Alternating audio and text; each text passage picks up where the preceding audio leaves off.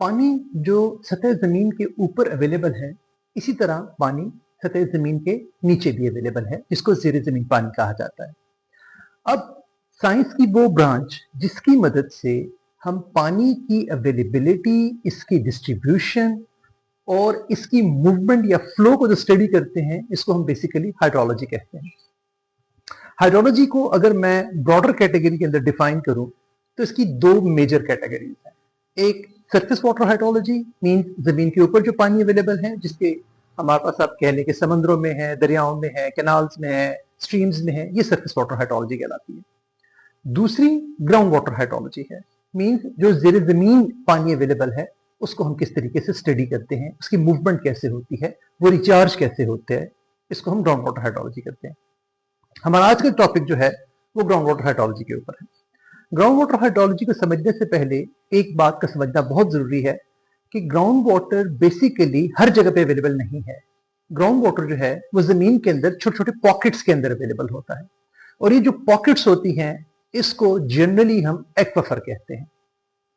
अगर हम इसको भी मजीद डिफाइन करें तो ये चार टाइप्स के एक्वाफर्स हैं, या चार मुख्तलिफ टाइप्स हैं जमीन के अंदर, कि जहां पे पानी की अवेलेबिलिटी हो सकती है, कम होगी, नहीं होगी, या बिल्कुल भी अवेलेबिलिटी नहीं होगी।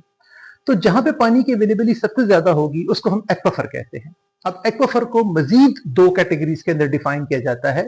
एक को हम कन्फाइंड एक्वाफर कहते हैं, एक को हम अनकन्फाइंड एक्वाफर कहते हैं।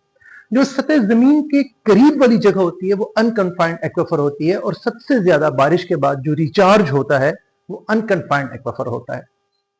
अब अनकन्फाइंड और कन्फाइंड के दरमियान एक इम्परमिएबल लेयर होती है नॉर्मली, नेचुरली जमीन के अंदर, जहां से बहुत कम पानी जो है वो कन्फाइंड एक्वाफर के अंदर जाता है। एक बात याद रखिएगा यहाँ पे कि अनकन्फाइंड एक्वाफर में चूंकि there are multiple recharge points, तो यहाँ पे प्रेशर कम होता है। दैट इज द रीजन कि हमें यहाँ पे ट्यूबवेल या पंप या मोटर लगानी पड़ती है पानी को सक्शन करने के लिए।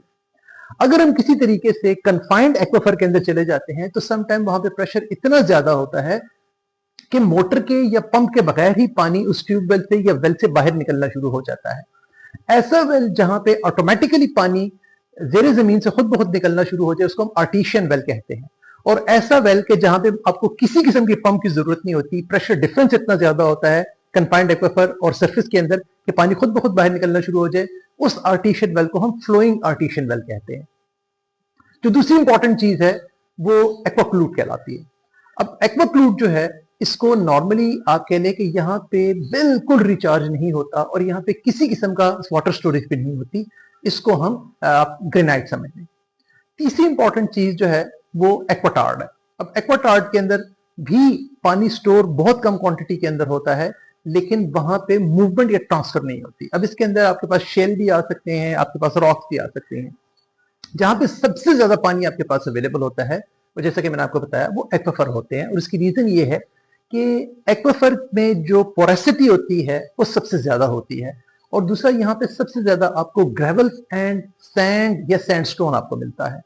तो जब भी हम डगवेल करते हैं या ट्यूबवेल करते हैं, तो जब हम लिथोलॉजिकल लेयर्स देखते हैं या जियोलॉजिकल फॉर्मेशन देखते हैं, तो जहां पे हमारे पास सैंड, सैंडस्टोन या फॉर एग्जांपल ग्रेवल्स निकलना शुरू होते हैं, so it's a sort of indication कि हम अब एक्वाफर के करीब हैं।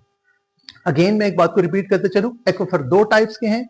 एक को हम अनकन्फाइंड एक्वाफर या शैलो एक्वाफर कहते हैं, दूसरे को हम कन्फाइंड एक्वाफर या डीप एक्वाफर कहते हैं। इंशाल्लाह आने वाली वीडियोस के अंदर हम मजीद इन टाइप्स को पढ़ेंगे, और हम स्पेसिफिकली इसकी जो स्पेसिफिक यील्ड है, स्पेसिफिक रिटेंशन है और पोरेसिटी है, हम इन चीजों को डिस्कस करेंगे।